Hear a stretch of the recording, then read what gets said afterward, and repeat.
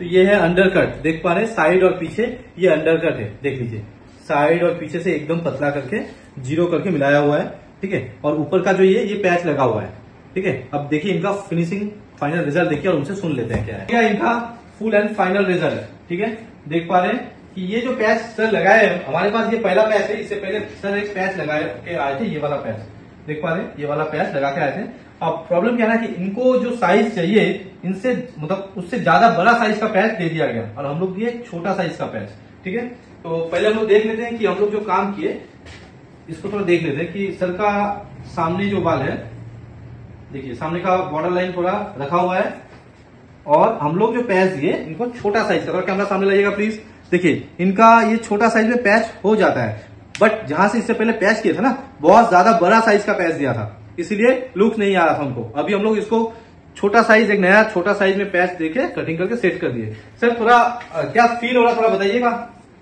Feel তো দারুণ feel, আগে যেখানে আমি করাতাম সেই তুলনায় মানে প্যাচতে ছোট হয় সেটা আমি জানতাম না। আচ্ছা, ওরা বলছে যেটা আমি আগে যেখানে করাতাম সেখানে ওরা বলছে নাকি এটাই পারফেক্ট।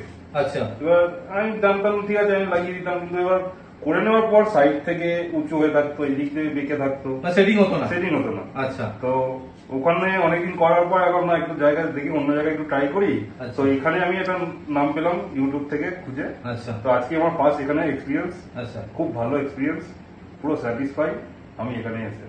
আচ্ছা আমি একটা জিনিস বলছি, এই যে প্যাচ দেখ পারে आप लोग, এইটা যেটা দেখতে পাচ্ছেন, আমি যেটা আপনাকে প্রথমে বললাম যে এই প্যাচটা কিন্তু কাস্টমাইজ করা যায়, মানে সব প্যাচ কিন্তু কাস্টমাইজ করা যায় না, ঠিক আছে। আমরা যে প্যাচটা লাগিয়েছি এটা কিন্তু কাস্টমাইজ করা যায় না, বাট আমরা ছোট প্যাচ দিয়েছি, বাট এই প্যাচটা কাস্টমাইজ করা যায়। কিন্তু উনি যেখানে করেছেন না, আমি মানছি ওনার কাছে ছোট সাইজের প্যাচ ছিল না, এই যে সাইজটা আছে এটাকেও কাস্টমাইজ করে ছোট করা যেত, বাট আমি ওনাকে বললাম যে বোধহয় উনি কাস্টমাইজ জানেন না, ঠিক আছে, বোধহয় উনি কাস্টমাইজ জানেন না, তার জন্য এত বড় প্যাচটাকে ওনার অরিজিনাল চুলটাকে কেটে লাগিয়ে দিয়েছে। তো আমরা আপনাদের বলছি প্যাচ খুব ভালো জিনিস, যেখান থেকে ইচ্ছা আপনারা প্যাচ ইউজ করতে পারেন, প্যাচ খুব ভালো জিনিস। আজকে ডেটে অনেক জায়গায় ভালো ভালো কাজ হচ্ছে প্যাচে, প্যাচ আপনার পুরো লাইফস্টাইলই চেঞ্জ করে দেবে, পুরো কনফিডেন্স নিয়ে চলে আসবে, আপনার পার্সোনালিটি চেঞ্জ করে দেবে।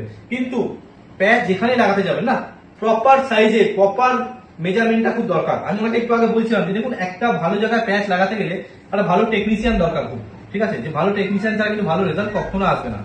হাতুড়ে মার্কা যদি টেকনিশিয়ান হয় তাহলে আপনার এরকমই হাল হবে, মানে যা সাইজের দরকার তার থেকে বড় সাইজ দেবে, চুলটা পুরো টুপির মতন লাগবে। তো আপনি আপনার জায়গা চুজ করুন যে কার কাজ আপনার ভালো লাগে, আপনি তার কাছ থেকে প্যাচ করান, প্রফেশনাল হতে হবে।